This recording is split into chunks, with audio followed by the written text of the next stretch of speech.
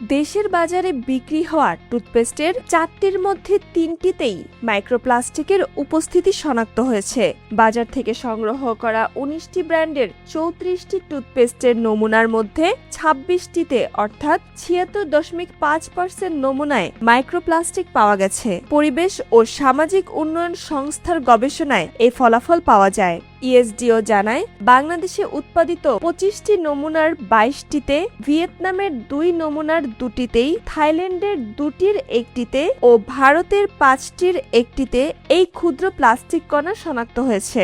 যেসব টুথপেস্টে মাইক্রোপ্লাস্টিক পাওয়া যায়নি সেগুলো হলো zen fresh, Parodontax expert gum care, just baby toothpaste, close up red hot, Kodomo orange toothpaste, Colgate active salt, Sensodyne fresh gel, Colgate max fresh.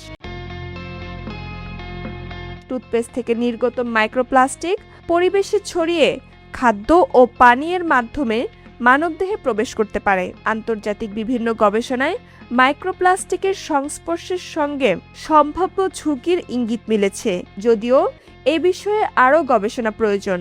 এটি উদ্বেগের বিষয়। যদি কোনো টুথপেস্টে ইচ্ছাকৃতভাবে মাইক্রোপ্লাস্টিক ব্যবহার করা হয়ে থাকে তাহলে তা অপ্রয়োজনীয়। বর্তমানে অনেক কোম্পানি এসব ব্যবহার বন্ধ করেছে এবং অনেক দেশে ব্যবহার সীমিত বা নিষিদ্ধ করা হয়েছে।